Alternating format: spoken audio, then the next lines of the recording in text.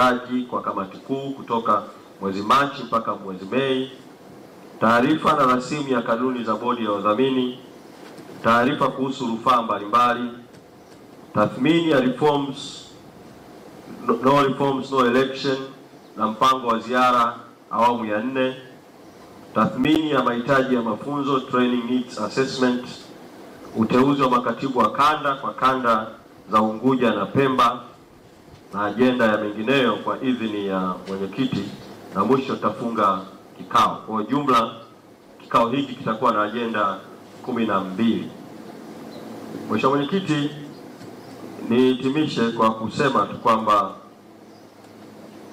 tunakutana wakati huu ukiwa wakati wa pekee kidogo katika historia ya nchi yetu na historia ya chama.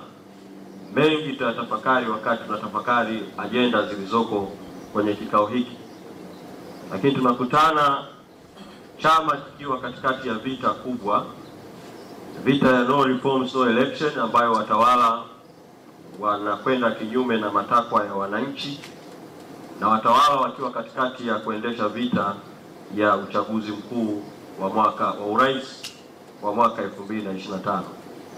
Katikati ya vita hiyo, Mheshimiwa Mwenyekiti, watawala wanatupiga mapigo na mapigano kadhaa dhidi ya chama.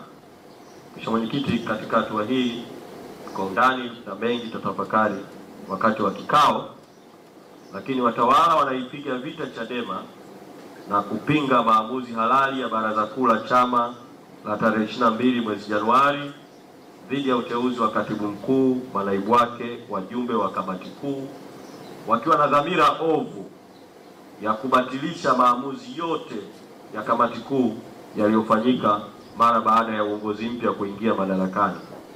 Hili ni pigano la kwanza ambalo ni beto ambayo watawala wanaipiga. Watawala kwa kutumia mifumo yao wamemtumia aliyekuwa makamu mwenyekiti wa chama Zanzibar Said Isa Mohamed na wenzake kufungua kesi ya kutaka kuzuiwa kwa shughuli za chama nchi nzima. Watawala vile vile, hilo ni pigo au pigano la pili.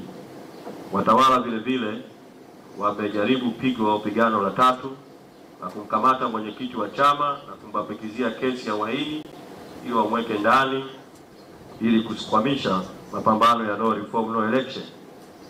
Na watawala vile vile kama pigano la 4 wanajaribu kutengeneza dhana potofu kwamba kuna mpasuko ndani ya chama kubwa sana, kuna usaliti, mgogoro, hujuma, uasi na mambo kama hayo, ikiwa ni mbinu ya kujaribu kuendesha mapambano yao ndani ya chama vile vile kwa lengo la kuhujumu mikakati ya no reform no election.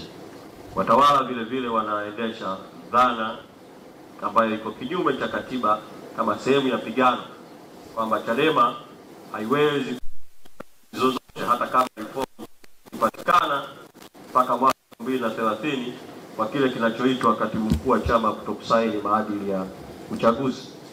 Watawala vile vile wanajaribu kuhujumu mikakati ya chama na mifumo ya chama ya kukusanya rasilimali za chama.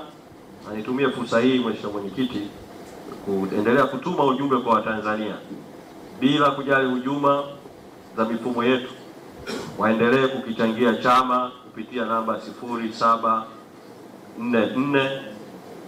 44 69 69 0744 44 69 69 na wasiliane vile vile na viongozi wetu na kwa njia za mitandao ya kijamii kuweza kujiunga na malipo ya kujirudia ili kukabiliana na hizo mbinu ovu za watawala.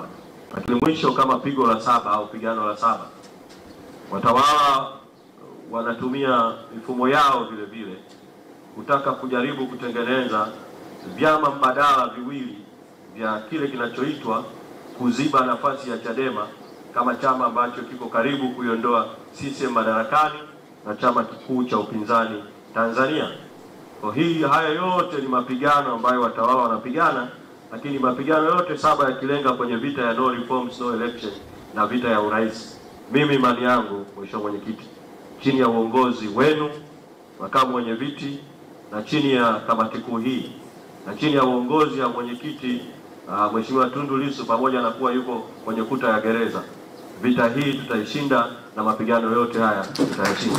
Kwa Mheshimiwa Mwenyekiti, nimkaribishe ufungue kikao hiki cha kamati kuu. Mheshimiwa Mwenyekiti, karibu sana.